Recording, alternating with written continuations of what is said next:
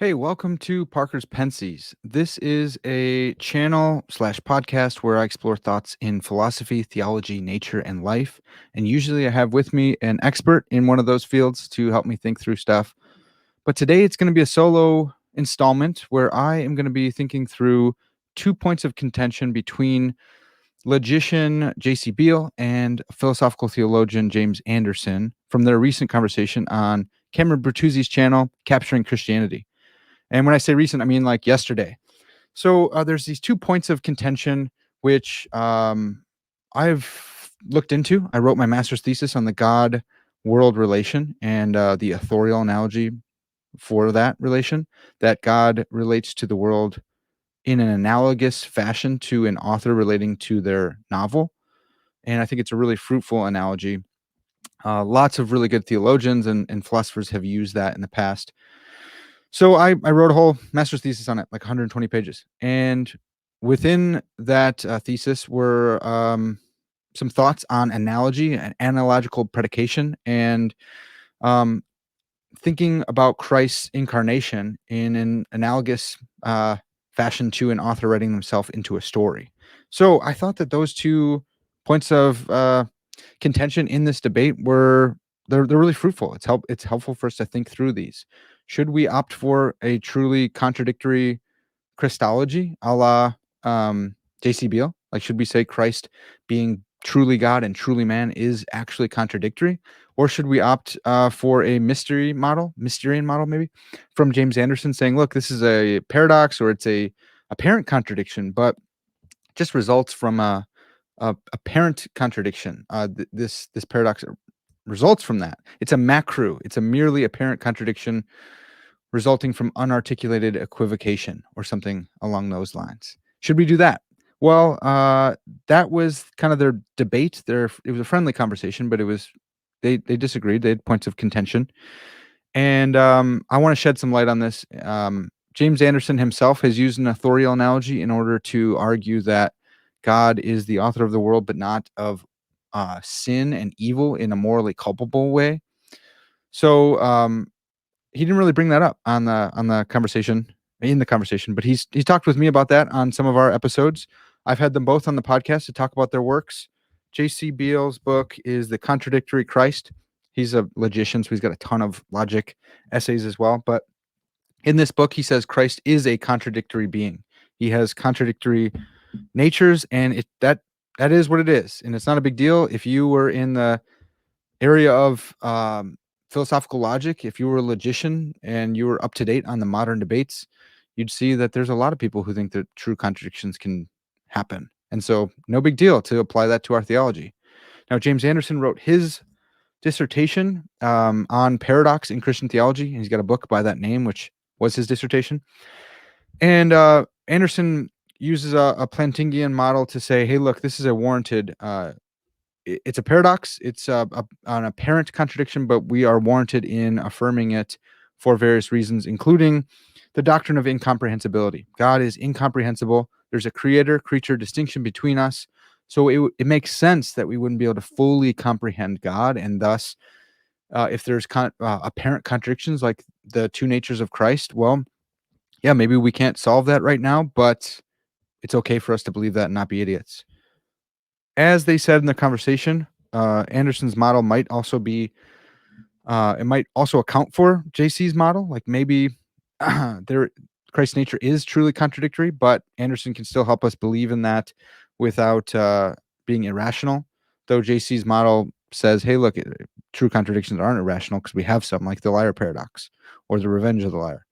So with all that in mind, I want to play 2 clips. I want to play one clip where JC gives his own positive model for why he thinks Christ is a contradictory being. And then the second one I want to go into is some of JC's reasoning on why he doesn't like analogical predication. Now, for those who don't know what that means, there's typically in theology been, and in philosophy as well, but it comes from theology, I believe. Well, back in the day, philosophy and theology wasn't separated as it is today so strictly, but 3 types of predication: predicating something, saying something is something, giving them a property or a predicate. The first is univocity or univocal, univocal, one voice. So something is something in the exact same sense. So I am a human and you are a human. That's in a univocal sense. We're both humans. Then there's the equivocal sense where if you say like I shot the basketball, and oof, this is gonna be hard. I shot the basketball and I shot Tim. Like that's an equivocation because one is using a gun and I'm harming him. The other is I'm shooting a basketball, right? So those seem like they're equivocal senses. It's the same word, but they have different meanings. So not univocal. Same with two different voices. Now it's going to be tricky because we're going to talk about analogies later, and that might not be a true equivocation. And then there's the analogical approach, where this is Aquinas is really known for this, though lots of people use analogy. Where there's it's the third way between univocal, univocity, and equivocal, equivocation. So saying that like God is wise is traditionally what we use. God is wise, and J.C. Beall is wise. Now they're not wise in the same way because God is like the source of all wisdom, and we want to say God can't lose wisdom. God can't go from a state of being wise to unwise or from unwise to wise. Whereas JC can, man. Like he wasn't as wise as he is today when he was 13, presumably. Maybe he was a genius. And if his brain degrades, maybe he won't be as wise as he is currently today. Sorry, JC. But that's an analogical sense.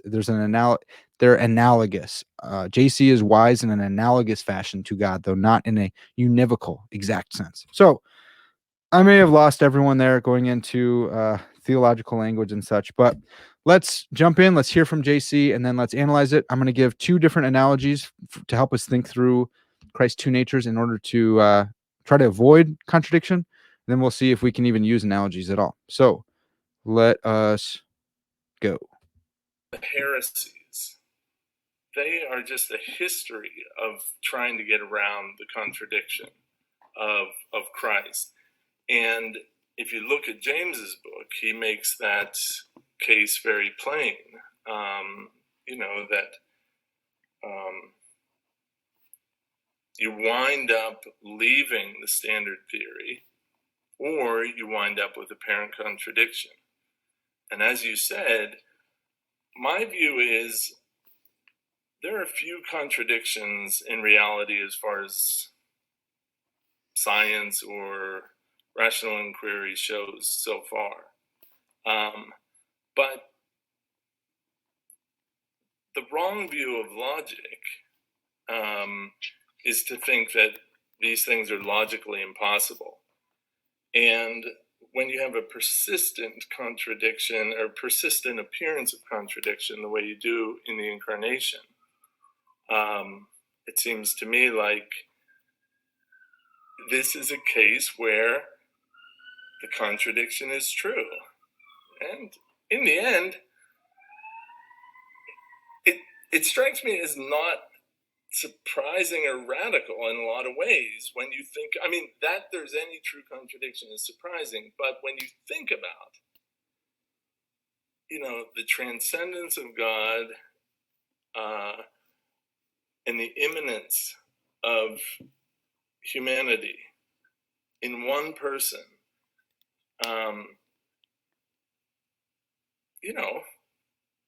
the puzzlement that many people feel when they think about the incarnation, whether they are Christian thinkers or atheists or non-Christian theists, it's that this appears to be contradictory.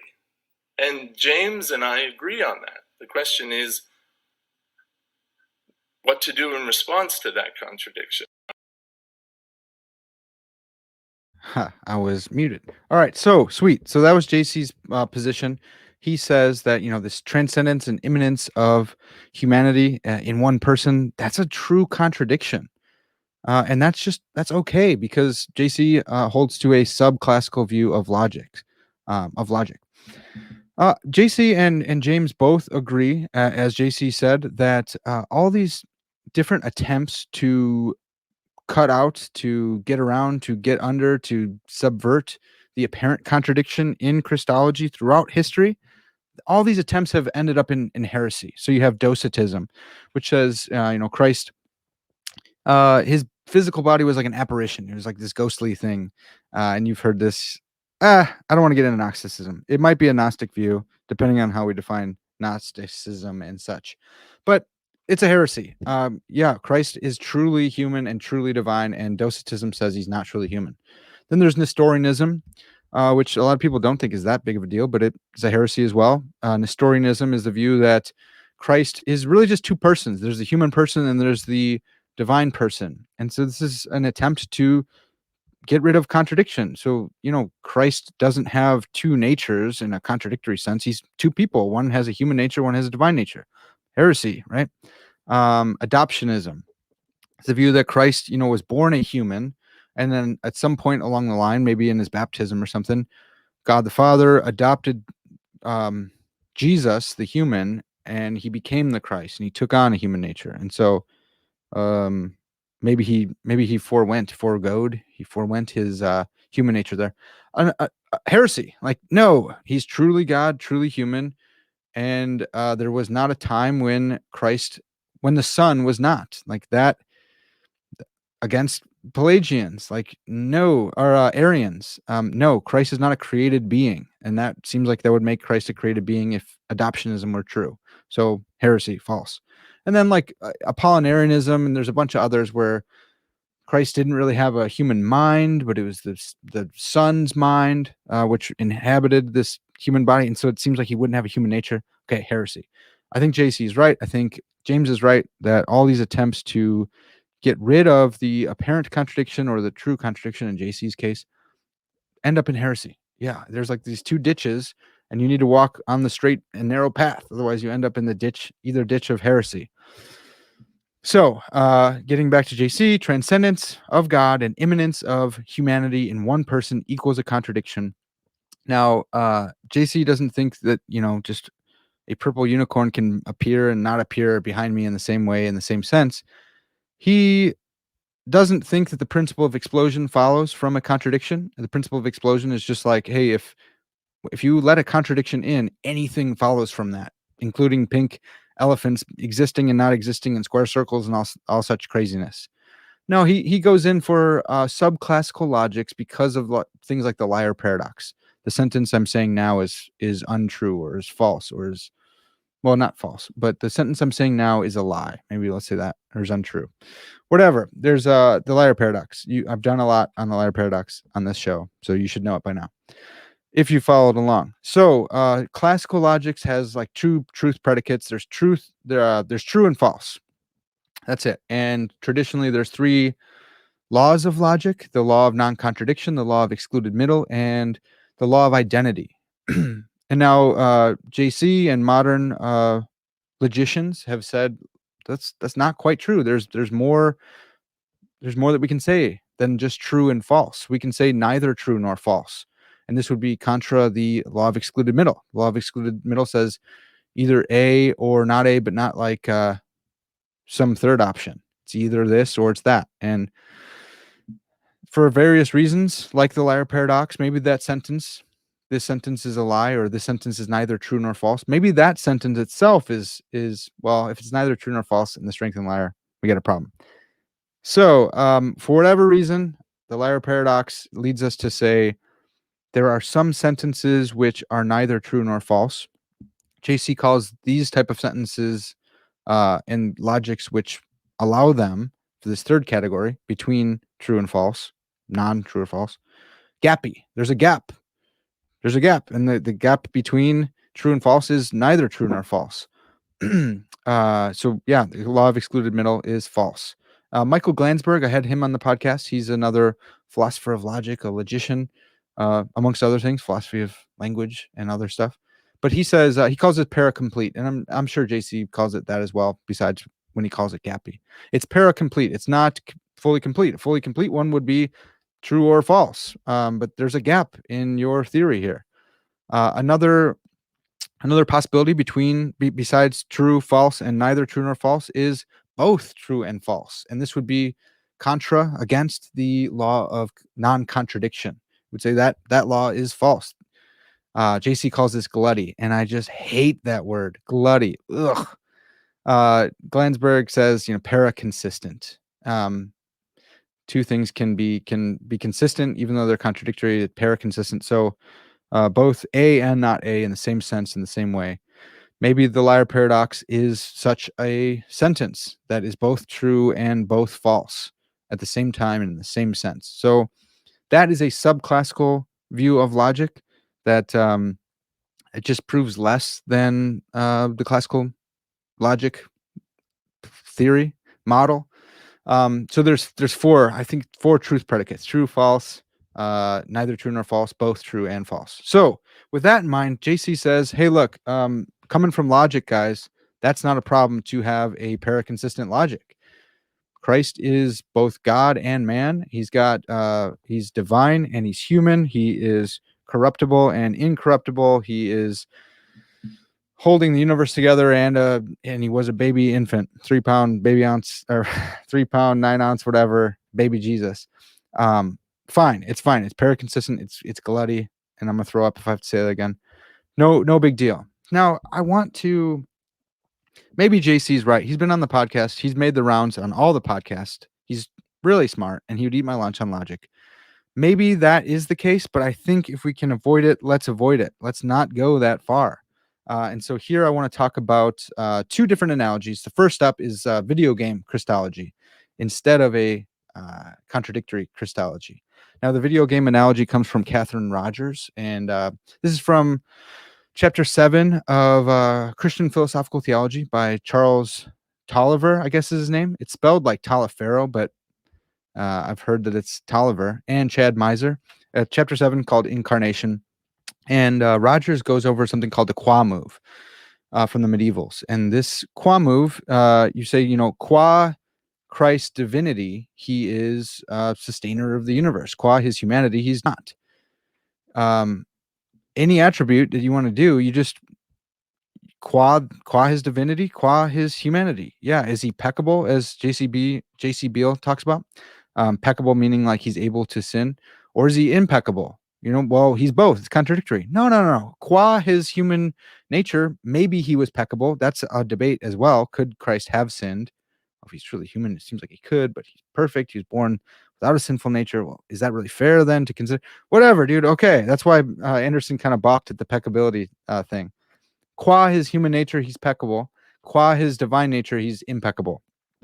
I don't want to come down on the qua his human nature thing. That's freaky. That's why, whether he was able to sin, it's probably a bunch of different senses that you could say that he is or isn't.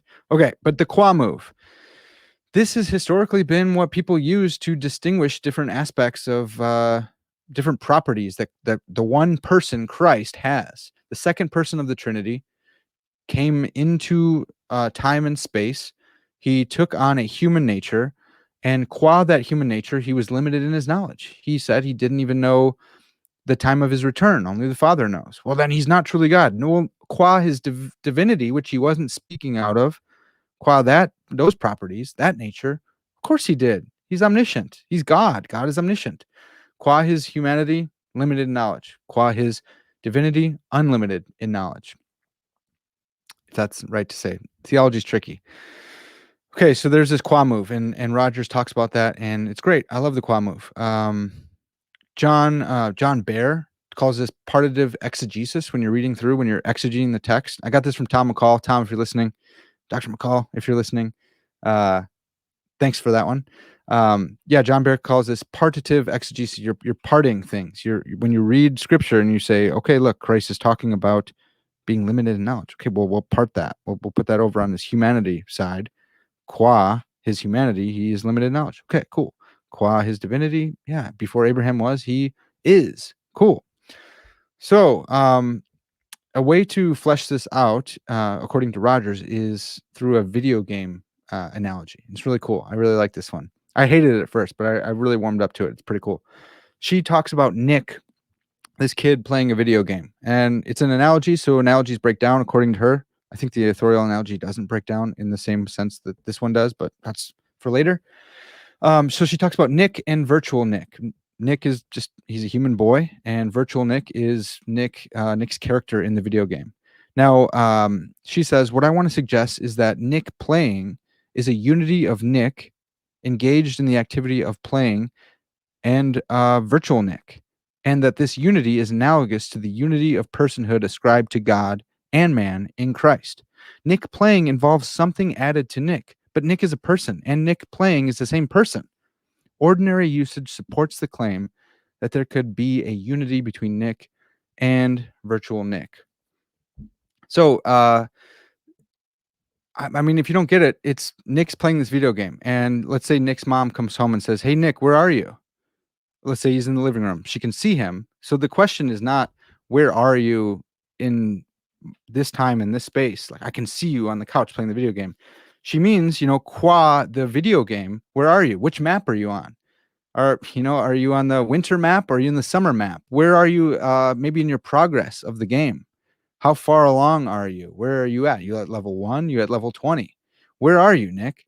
She's our normal language would interpret her not as an idiot saying, where are you? I'm so stupid. I can't figure it out. No, she's talking qua the video game. She's talking qua virtual Nick. And yet the two can be unified in that Nick is both in the video game and not in the video game. Is that a contradiction? No, it's Nick's playing this game. And there's this relation between, he's one person with two natures. He's one person with this human nature and with whatever nature the video game player, the video game, shoot, what am I thinking of? Thing, his avatar, whatever, inside the video game. So if he's playing Halo, he can jump and he can shoot and he can have all the attributes of Master Chief. But if he's qua the video game, he's Master Chief. Qua the real world, he doesn't have those abilities. So it's a loose, rough analogy, but it's cool. It's a way of saying, look, the qua move does work. It does make sense of our everyday language when we say, where are you? Well, when we can clearly see someone who's playing a video game. And it helps us think through the two natures of Christ, qua his humanity within time and space, within the created realm as the human Jesus Christ, qua his humanity, the humanity of Jesus Christ. He is limited in his knowledge. He has human attributes. He is a human nature. But qua his divinity, man, he's still holding the universe together. All things are made through him and for him. This is really cool implications when you think about Christ on the cross. Really severe, tough implications, really cool ones. Like, Christ wasn't just this passive agent receiving a crucifixion. He's also holding together the molecules of the cross that he's hanging on. Qua his divinity, holding everything together. Qua his humanity, he's being crucified. Man, if that's the case, then it's amazing. It shows how strong he was, that he didn't burst into his divinity, burst into his divine nature and explode the cross and explode all the Romans. How he endured the cross, even though he didn't have to. So, I like Roger's analogy. I like this. I think it's cool. Video game Nick, man. Nick playing the video game. He's got two natures, but he's one person. Christ is one person. We don't want to be Docetists or Nestorians or anything like that. We want a unity of the personhood of Christ, but we want two different natures to account for our exegesis. We have to do partitive exegesis. History demands it, our creeds demand it, and just a good reading of Scripture demands it. So there's one analogy. I think there are ways in which the analogy breaks down. Man, when Nick gets hurt in a video game, he doesn't really get hurt in reality. If that was the case with Christ, then it's like he's not really enduring crucifixion, and we admire him for how he endured it. I just talked about it, but really, it was like Nick playing a video game. Come on, dude! Like, he wasn't even being hurt. It's no problem for Christ. I don't think we want to say that, so let's not say that. There is disanalogy here, so it's a weak analogy, but it's a good analogy. You can have a good analogy that's weak. A weak analogy is this analogy that has significant dissimilarity between the two things being compared. I think a stronger analogy is the authorial analogy, that God is an author. He relates to the world in a similar way, in an analogous fashion to Tolkien relating to Middle-earth, or C.S. Lewis relating to the reality of the world of Out of the Silent Planet, the Ransom trilogy. Or man, what's the other one? A Grief Observed. No, The Great Divorce, where C.S. Lewis has a dream that he's going to hell. So the authorial analogy is awesome. I love it so much. Just as an author creates a world through his words or her words, they begin writing and they spoke and it was, like they created a whole world with words. So we hear that in the beginning, God spoke and it was. He breathed out the stars. Psalm 23, John 1, he created, by his word. In the beginning was the word, and the word was with God, and the word was God. Nothing was created that wasn't created through the word. So God creates by his debar, is the Hebrew, I think, the word, or the logos in Greek. It's cool. I really, really like this. So how does this apply to the incarnation? Well, just as C.S. Lewis wrote himself into the Out of the Silent Planet, so Christ wrote himself into the story of reality. So think about Out of the Silent Planet or The Great Divorce. C.S. Lewis is a character within the story. Now, can we say C.S. Lewis is both a character and not a character? Yes, we can say that. Is that a contradiction? No, because qua the story, he's a character in a story. Qua reality, he's not a character in the story. So we have to make this qua move. We've got to do it. If we're like just naturally, it's not a contradiction to say that. Lewis, did Lewis ever take a trip on a bus to hell? Doesn't seem like it. Not before he died or whatever you want to say about Lewis.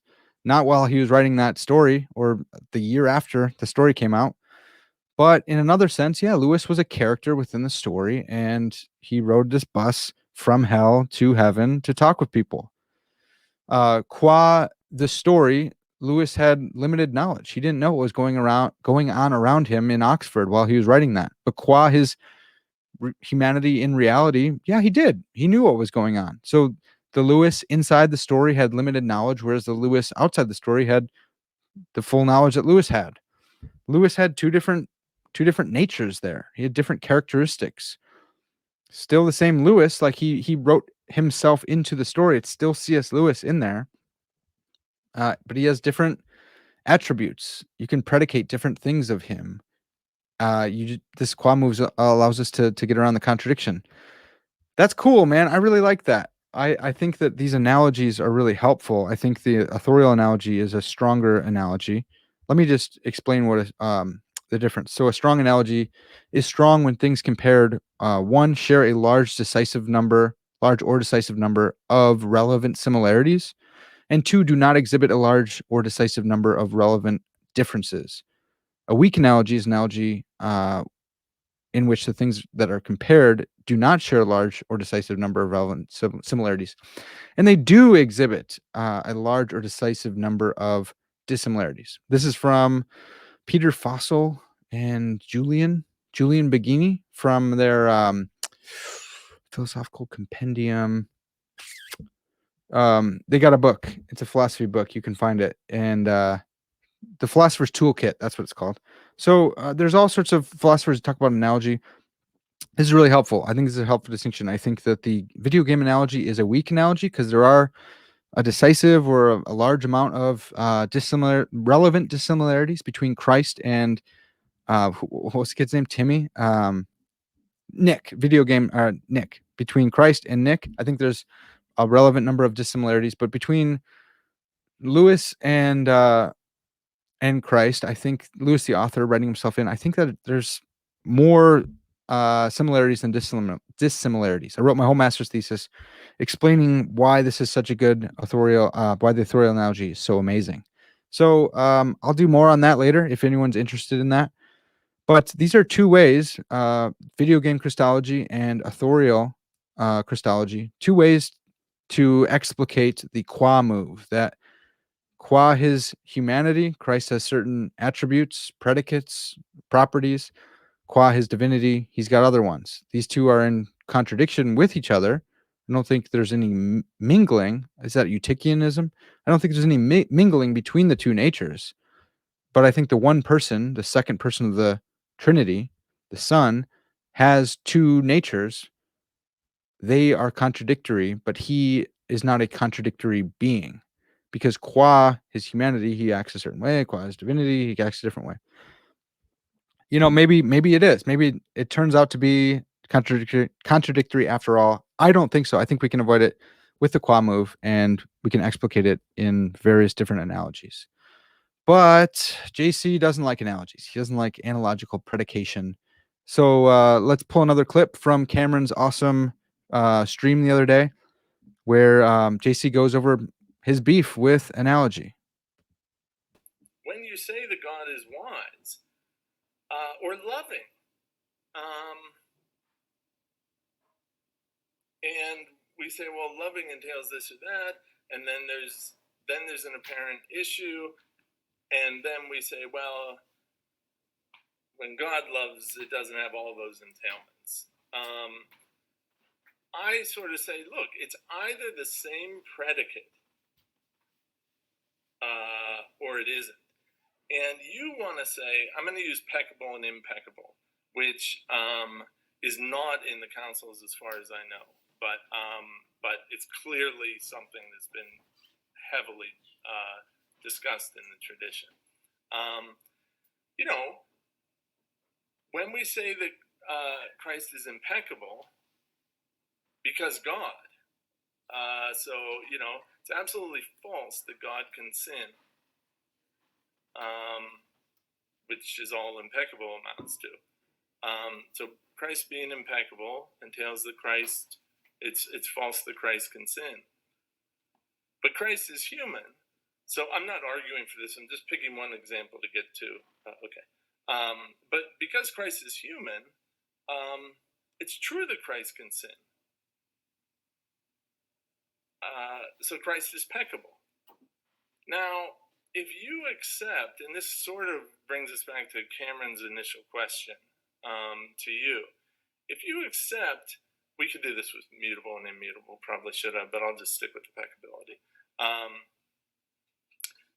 If we accept that Christ is both peccable and impeccable, and you say, look, that looks contradictory, but it's not, I say, well, hold on. Peccability entails it's true that Christ can sin. Impeccability entails it's false that Christ can sin. That not only looks contradictory, it is contradictory. And you say, no, because those entailments don't go through. And we say, why? And you say, because the language is only being used in a way that's analogous, and we don't really know the full, or even, again, I want to say, we don't know much of the real content. And that to me looks like it's giving up the affirmation of these things. Yeah, I think something that we ought to bring into this discussion is how the definition of Chalcedon itself, which is basically the source for these Christological claims that we're discussing here, the definition of Chalcedon actually itself distinguishes between these attributes being according to the divine nature and according to the human nature. Now, the peccability issue, I'm not sure I would want to focus on that one. But let's go back to the immutability and mutability. So what Chalcedon says in effect is that Christ is one person in two natures, and that he is immutable according to his divine nature and mutable according to his human nature. Now, that's what the creed says. Now, we both think that is has seemingly contradictory implications, right? But it seems to me, though, that Chalcedon isn't just embracing univocal contradiction. It's actually trying to avoid it. It seems to me that what lies behind the development of this creed is an attempt to articulate an orthodox Christology in a way that doesn't capitulate to outright contradiction, doesn't just sort of say, yeah, and this is contradictory, end of story. Rather, it's introducing this conceptual apparatus of person and nature, so that we can say things like, well, Christ is mutable according to his human nature, but immutable according to his divine nature. So, my position is trying to accommodate that. On the one hand, orthodoxy without simply saying embrace the contradiction, because it seems as though there's an impulse behind Chalcedon to actually not embrace outright contradiction or not embrace true contradictions, whereas your position is more, yes, they're just speaking univocally. Let's just accept they're speaking univocally, that the predicates are being used in the same sense, and it's a true contradiction. That's our simple solution. End of story. All right. So, forgive me, my camera is a turd, and I got to figure out why it always does this. But I'm still here. So in that exchange, you see J.C. Beall has this beef with analogical predication because he thinks there's only two forms of predication. Either they're the same, the predicate is the same, it's univocal, it's saying it in the exact same sense, or it's equivocal, it's saying it in a different sense. And equivocation is an informal fallacy, so we don't want to use equivocal language. So we're just left with univocity, with univocal language, saying in the exact same sense. And Anderson makes this point in his book, and Aquinas makes this all over the place. And people following Aquinas, everyone who's using analogy says, look, analogy is a third way. It's a way to speak literally, but not univocally, not in the exact same sense. You can speak literally while speaking analogically. JC says no. But man, I wish that they would have brought this up, because we call God the Father. And the first person of the Trinity is God the Father. Now, is he a father in a univocal sense to Jim Sedekase, my father? Did the father, like, I don't want to be crass, man. Did he copulate with a female in order to produce the heavens, in order to produce me? Like, if we're children of God, am I a child of God in the exact univocal sense? Same sense that I'm a child of Jim Sedekase? No, I'm not. But in an analogous fashion, I am. There's something about the concept of father that can be stretched to fit the first person of the Trinity and Jim Sedekase, my father. They're not univocal. Even when we talk about Christ and him being the son of the Father, that relationship is analogical to my son-father relationship with Jim Sedekase.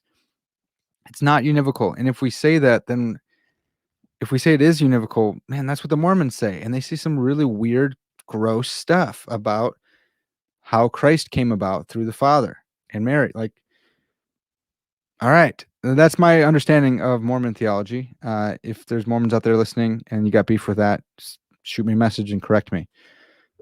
So yeah, it's an analogous fashion. That's okay. Analogy is good. Like, just as J.C. Beall says, contradiction is good. And if you were studying up on, logic, then you would know that. I think the same thing can be said about analogical predication in theology. Man, because of the creator-creature distinction, that we speak about God analogically. We don't fully comprehend God. And James talks about this later, and he says, he might have said this in the clip. I was worrying about my camera. He said at some point in the conversation, look, it was in the clip. I reject this premise that in order to, speak truly or literally, we have to have like fully comprehensive language. And JC like walks back and says, I don't want to say that. Yeah, you're right. But this doctrine of incomprehensibility, that God can be known, but not known fully, he can't be fully comprehended. This is not ineffability, that God is ineffable. Ineffability is wrong. Like, I don't care if you're a Karl Barth fan or whatever, like, ineffability is wrong. Keith Yandel made this point in a talk. If God's ineffable, you can write a whole book about that. You just grab a blank book, grab a journal, write God is ineffable, period. And that's it. You just wrote a book on God's ineffability. God can't be known at all. That's not incomprehensibility. Incomprehensibility says there's a distinction between creator and creature, but we're made in his image, and he accommodates himself to us. He speaks in a language that we can understand him truly, but not fully, not in the same sense that he understands himself. And so God says, call me Father. I'm God the Father. Okay, I'll call you that. But we all know that he's not Father in the same sense that my Father is Father, but in an analogous fashion. Now, a lot of my philosopher friends have a really hard time with analogy, and they say there's some kind of univocal core. All right, I guess, but And if you don't know what that is, then you're speaking ineffability, and we don't know what we're saying. JC gets into this a little bit, where he's really like perturbed about analogical predication. And JC's the man. I love JC. He's been on my podcast.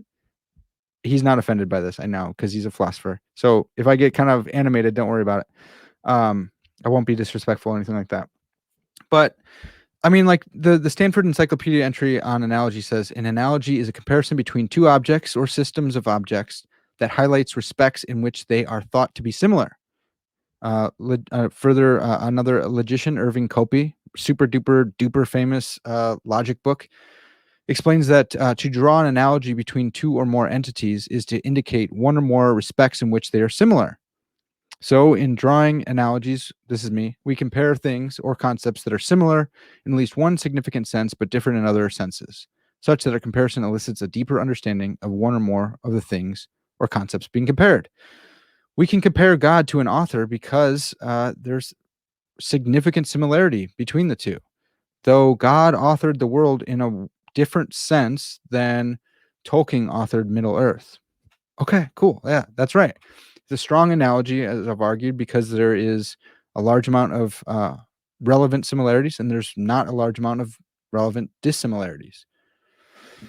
Aquinas gets into analogy a ton, and Aquinas is super duper debated, and I'm not an Aquinas scholar. I'm not a scholar really of any of this stuff, but I don't want to talk about Aquinas because it's too hairy. So this other guy, James F. Ross, he talks about these analogical shifts in meaning. And I've never said this out loud, but Eva Feder, I think it's Kitty, Eva Feder Kitty.